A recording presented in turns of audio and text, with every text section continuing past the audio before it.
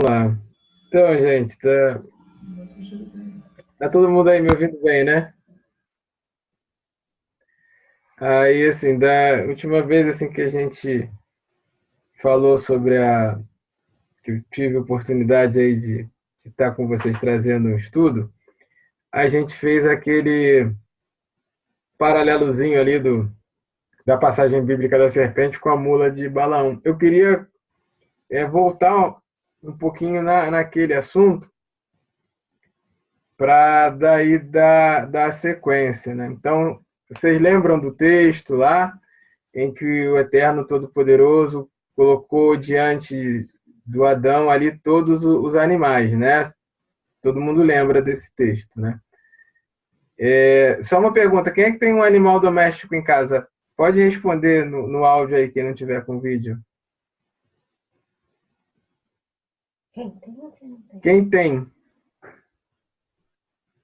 Eu tenho. Você tem? Qual que é o seu animal? Um cachorro, a Julie. É a Julie? Então, deixa eu fazer uma pergunta. Ah, não. Eu vou usar a Julie como exemplo aí. Poderia ser né, como é que é, o Lorde também, mas vamos usar a Julie como exemplo. Vamos fazer uma experiência lá com a Julie. Se você colocasse 2 pratos de comida para a Julie, você ia colocar só carne, né? Contra filé, fritinho, numa bandeja, e na outra você ia colocar uma salada bem variada ali de tomate, cebola, alface, agrião. Qual que você acha que ela ia comer? Ah, com certeza eu iria na carne. Ah, é? E se você fizesse isso por uma semana, você acha que quantos dias ela ia comer a saladinha e quantos dias ela ia comer a carne? Ai, eu não sei. Eu não sei. Olha, eu tenho aqui uma cachorrinha também aqui. E eu te garanto que ela ia comer carne a semana inteira. A semana inteirinha. Não sei por... Mas, assim, por que eu estou dando esse exemplo? Jário, e você? Você ia comer carne a semana inteira? Ou o cachorro? Eu acho que se for tanto eu como o cachorro ia comer carne a semana toda. Tá bom. Mary, você também ia comer carne a semana inteira, Mary? Ainda mais que tu falou aí que é contra filé, caramba, bifezinho, um abraço, cara. Mary e Tamires iam comer carne a semana inteira? Eu ia. Também? Eu ia. Eu não. Se bem que eu gosto muito de salada, né? Mas podia ser que... E você, Silvia? Não aguento comer carne da semana direto, não. Pronto, quase que eu perdi o estudo aqui. Eu falei, não acredito, todo mundo vai dizer que vai comer carne. Pronto. Então já apareceram uns veganos aqui para ajudar. Mas por que eu estou falando isso? Então, assim, o que a gente tem de diferente no animal quando a gente faz essa comparação? Capacidade de escolher. A capacidade de escolher. O animal ele não tem essa capacidade. Nós temos. Então, aí agora eu vou evoluir um pouquinho. E assim, só para variar, né? Toda vez que eu falo aqui, né? Então, só para variar, eu vou falar de novo da árvore da vida e da árvore do conhecimento. E aí, talvez não seja uma novidade para o Jairo, né? Eu acredito que a gente leu no mesmo livro. Mas o homem ele recebeu um mandamento, né, de Deus, talvez até um dos primeiros, que fala sobre a liberdade de comer. A liberdade de comer de todas as árvores do jardim, menos da árvore do conhecimento do bem e do mal. Agora, eu queria fazer uma pergunta baseado nesse mandamento que Deus deu. Todo mundo lembra desse mandamento, né? O que nos faz humano seria comer de todas as árvores do jardim e não comer do fruto da árvore do bem e do mal? Ou comer de todas as árvores do jardim e também da árvore do conhecimento do bem e do mal? Vou repetir. O que nos faz diferente dos animais? Comer da árvore do bem e do mal ou não comer?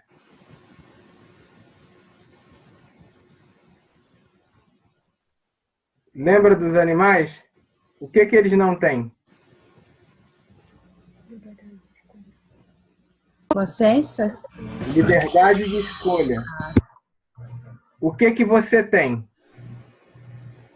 O que o homem tem? Comer ou não? Liberdade para escolher.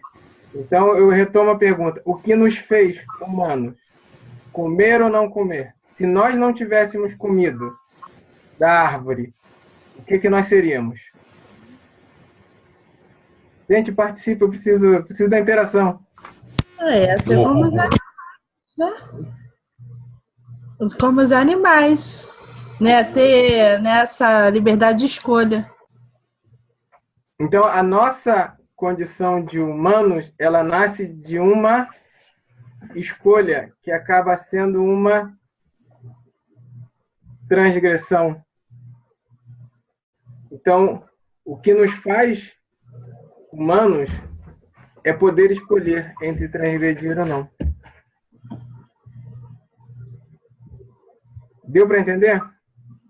Sim. Até essa parte ficou clara? Então, assim... Você está citando, assim, Escolher ou não? que Deus deixou a gente decidir, né, escolher entre uma comer ou não, para que a gente possa escolher, ser diferente dos outros animais, é isso? Isso. Porque se a gente obedecesse como um animal obedece, então a gente não seria diferente deles. Então, é dessa transgressão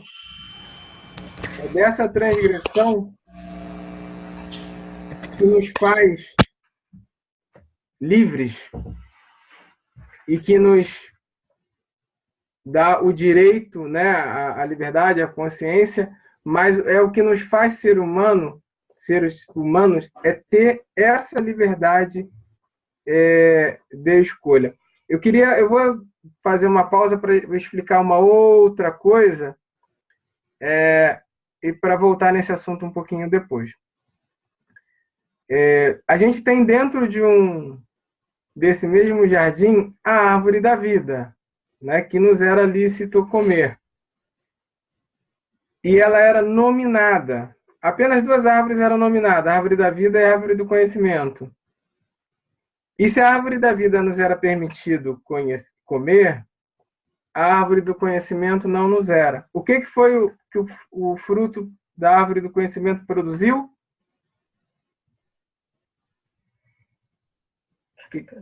O que foi que Deus falou para o homem que ia acontecer com ele quando eles comessem? Morrer. Então a gente poderia chamar a árvore do conhecimento do bem e do mal de árvore da morte? Um exemplo? Porque se você come dela, você morre. Vamos chamar ela de árvore da morte. Então a gente tem a árvore da vida e a árvore da morte. A morte, de fato, aconteceu, né? A morte é algo que faz parte da nossa vida. Então, e eu acredito até que ela seja parte do plano de Deus para a nossa vida. A liberdade de escolha que nós tivemos nos trouxe a morte. Mas com que objetivo?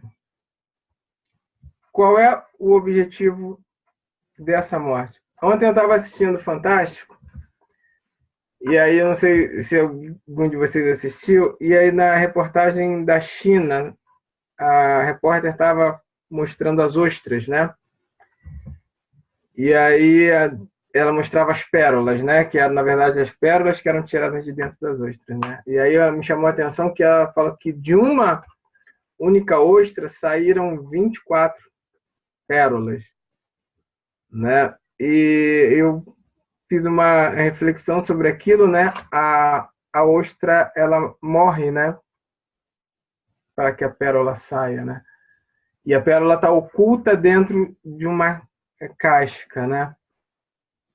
E aí, pensando sobre a casca, né, que a gente ouve, né, ser semelhante àquele post, né, que guarda dentro dela uma joia, uma coisa valiosa, né? Então, a morte em si, ela não encerra, mas ela libera uma coisa maior que está dentro, guardada pela casca que nós vivemos. Mas aí, assim, deve estar um pouco tumultuado, confuso o estudo. Eu vou tentar clarear um pouco. Se a árvore da morte era o plano de Deus para a nossa vida através da liberdade de escolha, então o que a gente faz? Né? Como é que a gente vive se a morte nos era uma coisa prevista? Todo mundo conhece o desenhozinho da árvore da vida?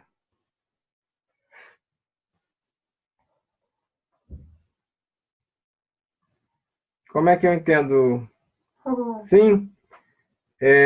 Vocês saberiam dizer o nome ali das sefirás que tem na árvore da vida? Se não for pedir demais, de baixo para cima, por favor. Quem se habilita? Eu sei algumas, tipo a coroa, que é lá em cima, Kéter. Isso. Lá Aí, de baixo. Aí tem... Aí fala aí os outros aí. Reset. Acho que é misericórdia, não é? Vamos tentar junto, então. Lá embaixo é Malhut, né? Malhut. Seria equivalente ao reino. Né? A gente poderia traduzir por obediência, né? Quem mais sim? Depois, quem sabe? Fundamento, né? Base. É Biná, né? Biná está um pouco mais para cima, né?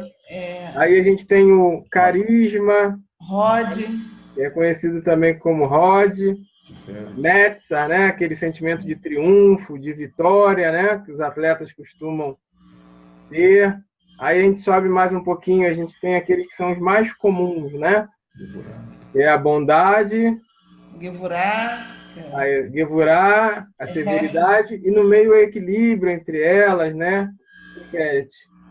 Que seria o equilíbrio de todas as outras. Aí se a gente subir mais um pouquinho, tem o conhecimento, e aí numa linha a gente tem debaixo apenas da coroa, né? Que seria o inexplicável, seria talvez o Espírito de Deus. Mas aí você tem as duas, talvez mais importantes, né? Seria Biná e Hormá. Hormá e Biná, que são traduzidas por sabedoria e entendimento, né? Na árvore da morte, o que a gente aprende, né? É que ela liga o mundo que a gente vive até a esfera do conhecimento. E se Deus nos dá liberdade para agir através de escolhas, aí eu pergunto, o que a gente precisa para tomar sábias decisões e as melhores escolhas? Sabedoria e entendimento. Então, o que eu estou tentando passar para vocês é que, assim, em que consistiria uma experiência de vida bem-sucedida? Uma vida cujas escolhas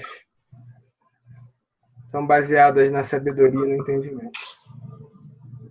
Isso não vai nos garantir um triunfo sobre a morte, mas vai nos garantir que após a nossa morte a gente consiga deixar coisas boas, como pérolas, para quem fica. Seja a família, sejam os amigos, sejam os grupos. Então, eu acredito que a ideia ali do fruto que a gente comeu nos libertou para viver uma vida de forma sábia, através das nossas escolhas.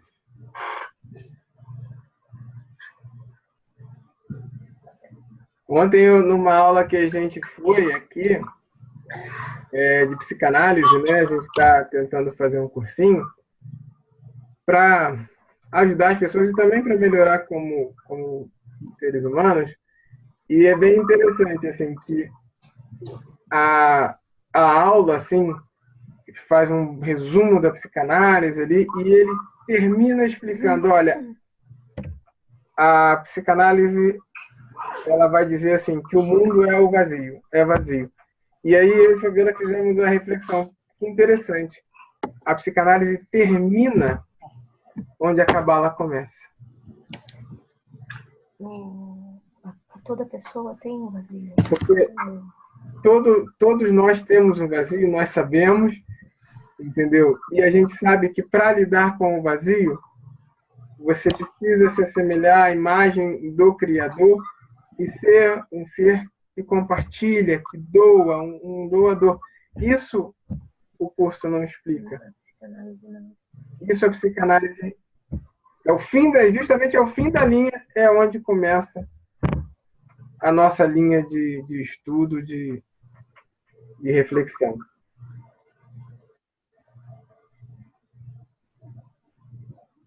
Vocês conseguiram entender? Como seria, na tua visão, a busca por essa sabedoria e entendimento? Eu volto para a árvore da vida. O que você tem em cima de sabedoria e entendimento? Oi? O que você tem acima de sabedoria e entendimento? Sabedoria e entendimento em árvore da vida é Keter. É a coroa, né? É a coroa. Você tem no livro de Isaías, você tem um trecho bem interessante que ele fala dos 7 espíritos de Deus, né? E por analogia, né? As Sefirot são 10, os espíritos de Deus são 7. O primeiro espírito que ele fala é um espírito é o próprio espírito de Deus, né? Depois vem o espírito de sabedoria, de entendimento, o espírito de temor. Mas o que seria, então, uma vida de sabedoria? Uma vida em que você se deixa influenciar pelo Espírito de Deus. É uma vida onde você se deixe levar pelaquilo que Deus fala com você. Não pelaquilo que Deus fala com o seu vizinho, mas aquilo que Deus trata na sua vida.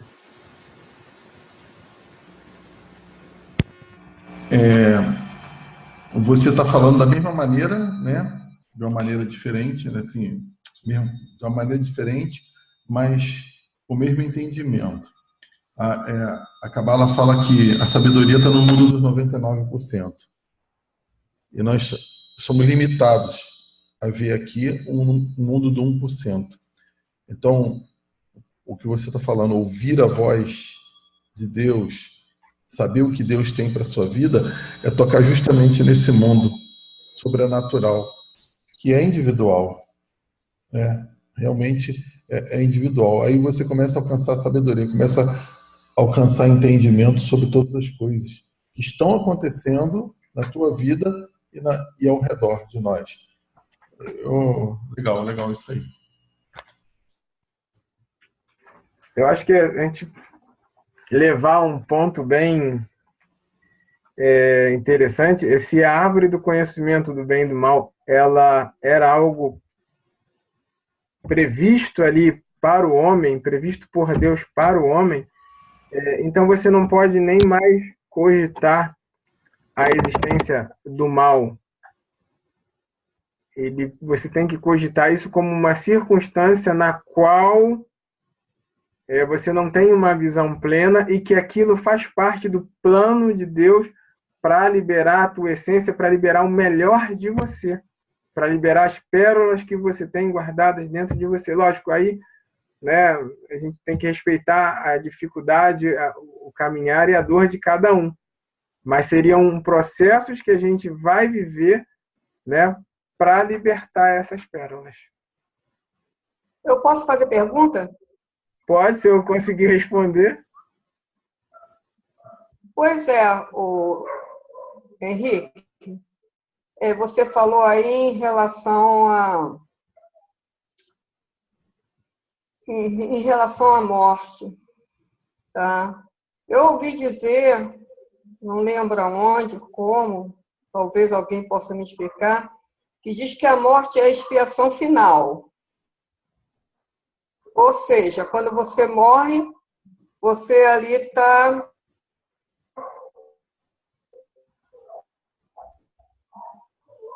Vamos falar assim, se redimir.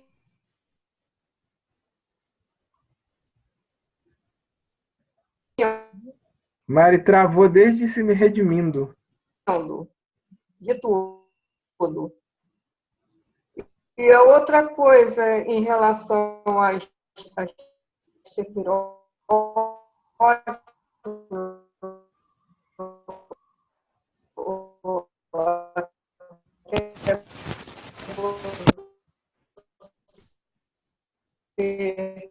Não tá Não dando. tá dando chegar... para entender, não, Mary. Jário tá entendendo? Jário, você tá entendendo? Não tá entendendo, não, tá travando. Tá travando, Mary. Ixi, agora travou de vez. Congelada a página, a imagem dela. Desliga o vídeo rapidinho e fala só no áudio. Acho que ela caiu.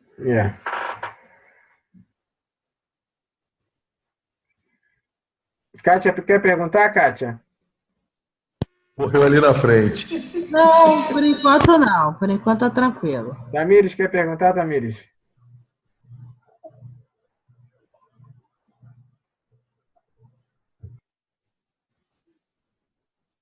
Não, né? Jário, quer fazer alguma consideração? Eu quero acrescentar que eu estava lendo o Salmo 51. Eu acho que vai também juntar com isso aí que a gente já tem falado. E aí eu li em um dos versículos aqui embaixo. Espera aí, só um minutinho. É 50, Salmo 50. Ele diz aqui: aquele que procura sempre melhorar o seu caminho, a este mostrarei a redenção divina. Eu acho que está bem alinhado com o que a gente tem falado e aquilo que você tem postou aí, né, como raciocínio, né, que o caminho da sabedoria é aquilo que, quando a gente busca isso, né, Deus vai mostrando para nós as coisas, vai revelando as coisas. Eu confesso que, às vezes, assusta um pouco, porque a gente vem de uma bagagem muito forte de religião e trazer coisas novas e questionar coisas que nós vivemos no passado não é muito fácil, não. Até essa questão aí espiritual, que a gente teve várias experiências, eu tive muitas experiências espirituais, sobrenaturais, mas conforme a gente vai caminhando, a revelação vai se ampliando, a gente vai ganhando em sabedoria. E a gente tem que estar com os pés, assim, como posso dizer? Melhor dizendo assim, é melhor estar aberto a tudo, né? A gente tem que estar aberto a tudo. Aberto a rever conceitos ou ampliar conceitos, né?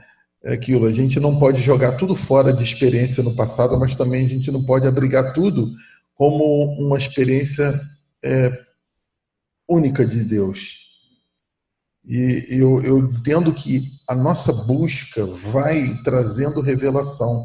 Eu acho que é essa palavra que o Salmo está dizendo. Se você vai correndo atrás, está buscando a verdade, não está satisfeito com o que falam, né?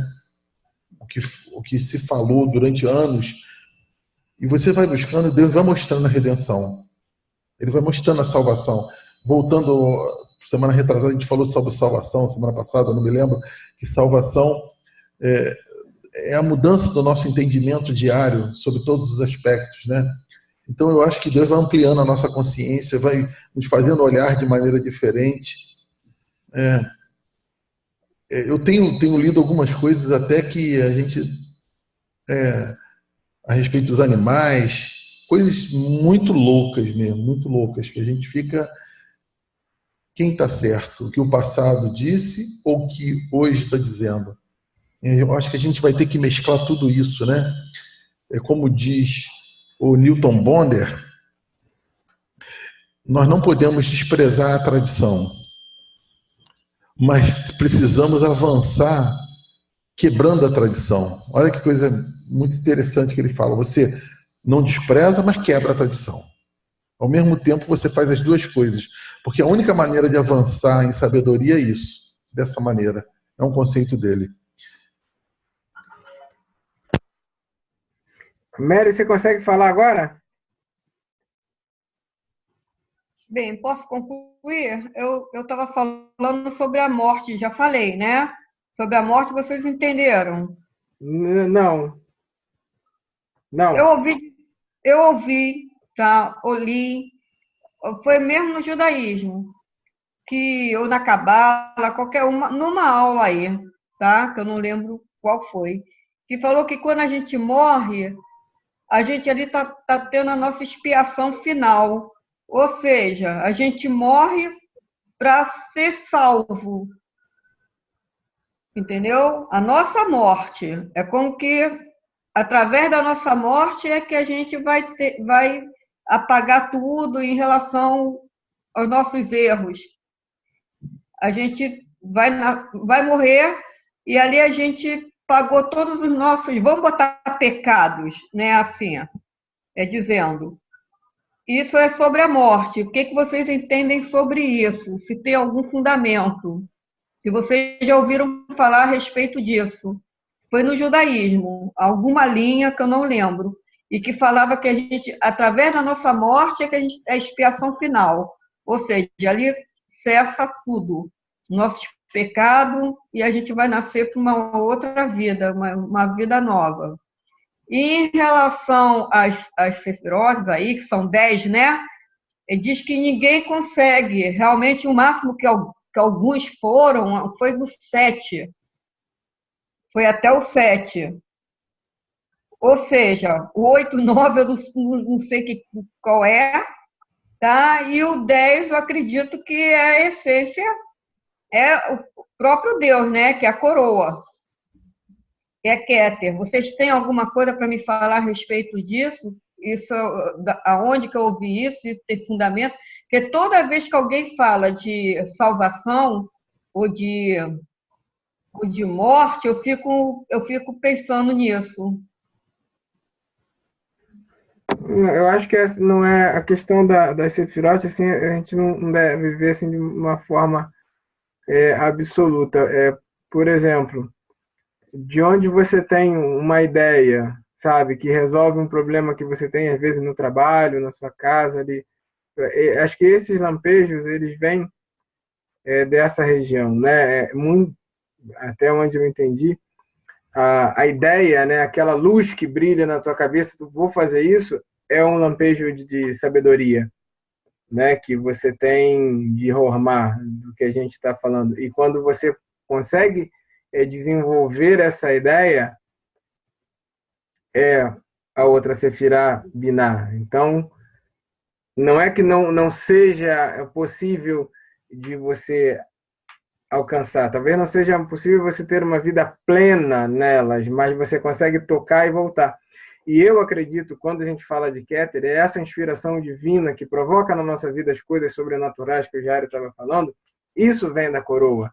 né? Porque isso vem do inexplicável, sabe? É você ter um sonho que se materializa, bem dizer, dias depois, entendeu? É você ter um sonho com a mensagem que você tem que falar na aula que você vai dar. Então, essa influência, esse sopro divino, isso eu acredito que venha de Keter. Porque, assim, se elas fossem inatingíveis, então por que nos seria revelado? Se fosse uma coisa que você nunca vai atingir, então não tinha por que Deus revelar isso a gente. Se Deus nos revelou, é porque há como a gente alcançar. Acredito que a gente não viva de forma plena nelas, mas acredito que a gente toca, sai, desce, encosta numa, e aí, né, consegue viver. Sobre a morte, assim, eu acho que a morte é a angústia do ser humano, assim, sabe? Não acredito que a gente consiga responder isso de uma maneira plena, não, sabe? Eu, pelo menos, eu não consigo, sabe? Eu acho que lidar com a morte, se a gente conseguir lidar com a morte, ou talvez seja até o contrário, a gente não tenha que lidar com a morte, a gente não tenha que pensar na morte. A morte, como a única certeza que a gente tem na vida, deveria nos fazer desfrutar da vida de uma maneira melhor, sem se preocupar tanto com o futuro, né, com o que virá. E aí aproveitar o instante, o momento ali, né, saber se relacionar com as pessoas, extraindo o melhor, né, não se deixando levar por coisas que não teriam talvez importância, né, aquele ditado que diz que a pessoa morre e vira santo, né, porque aí a gente vê, nossa, nada disso tinha importância, né, mas talvez o lidar com a morte não seja para a gente olhar para a morte, seja para a gente olhar para a vida e valorizar a vida, porque acho que para a morte a gente não tem respostas, eu pelo menos não as tenho. Perfeito, o Henrique, tá? Eu lembrei aqui, Mary, né, olhando no livro, que um dos alunos do Rebbe Nachman, ele falou assim, se ele poderia, né, ele já estava para morrer, aí né, ele sabia que ele ia morrer, aí ele falou assim, você volta aqui para me dizer como é que foi. E diz, né, no livro, que ele voltou, né, voltou assim, né, sonhou lá com o Rebbe Nachman, e o Rebbe Nachman foi e falou para ele assim, olha, o mais difícil da morte, e é uma coisa que eu não queria sentir de novo, quer dizer, passar por aquela situação de novo, é o medo que a gente tem da morte. Esse é o pior momento da morte. Não é a morte em si, mas essa expectativa, né? O medo que você sente da morte é uma sensação muito ruim que ele disse que não gostaria de sentir, né? De novo. Preferia não ter que nascer de novo para não ter que passar por essa experiência. Aí eu lembrei disso, né? Quanto à questão das Sefirot, Mary, eu penso assim, bem parecido com o Randro. Eu vejo que as atitudes, elas conectam as Sefirot. Se você observar, se você trabalhar a bondade no teu dia, você vai conectar com essa Sefirot. Você pode conectar uma vez ou pode conectar várias vezes. Eu não consigo ver mais como uma visão de você ter toda a bondade, toda a Gevurah, toda a vitória, né, que são as Sefirot, tudo completo de Hormá. Eu não consigo ver assim. Eu entendo que o teu dia a dia é um dia de conexão. Você pode conectar ou não. Você tem a oportunidade de conectar no seu dia a dia. E você vai, conecta, volta, ou não conecta. Você tem a oportunidade de conectar com o resto de uma bondade, você não faz a bondade. Então, eu entendo que a evolução da consciência te leva a ter mais atitudes das Sefirot. Conforme você vai evoluindo na tua consciência e você vai sabendo que é bom conectar com bondade, naturalmente você vai crescendo em sabedoria, vai ganhando mais revelação, vai sabendo lidar mais com as pessoas, sabendo lidar com o dinheiro, com a vida material. Então eu entendo que as Sefirot todas, elas estão o tempo todo nos oferecendo oportunidade. Então eu penso assim, essa questão aí de conexão das Sefirot que a gente fala, 6, 7, é porque na maioria das vezes nós estamos trabalhando as nossas Sefirot emocionais, né? Então por isso que a gente se conecta mais com essas questões emocionais, a gente conecta mais com as Sefirot mais de baixo. Bom, quanto à morte, eu vejo que essa visão é uma visão da religião, né? A religião ela tem a visão dela, a Cabala tem a visão dela, e você vai, num processo de vida, ganhando a tua visão também. Porque, primeiro, a visão de pecado, né? A gente vai estudando a Cabala e vai ver que o pecado é relativo, né? Se eu não me engano, no Novo Testamento,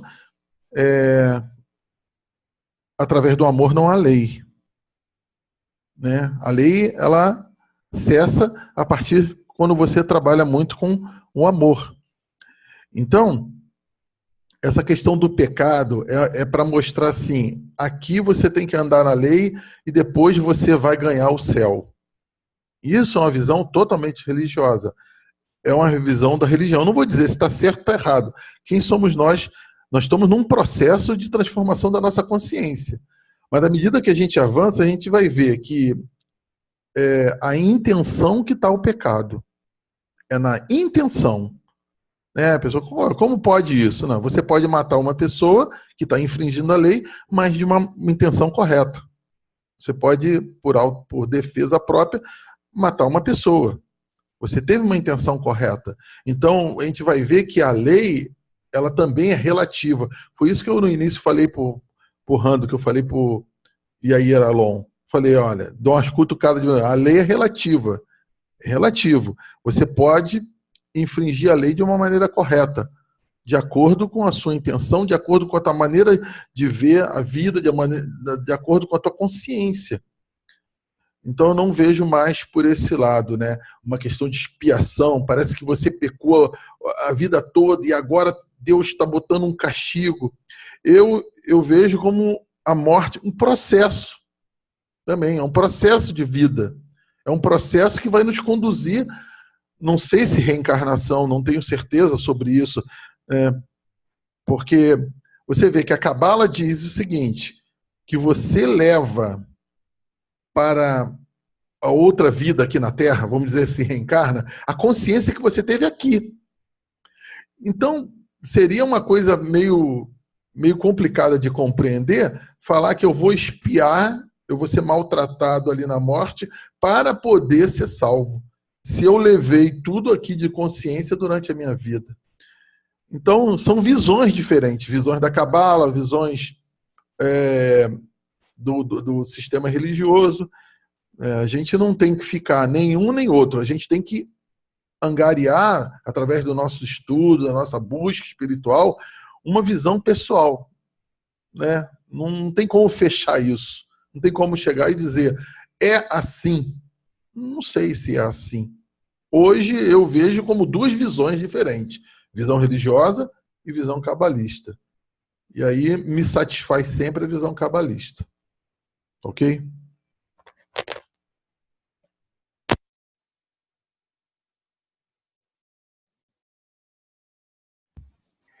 Gente, queria agradecer aí vocês aí a poder compartilhar a minha viagem aí com vocês, tá?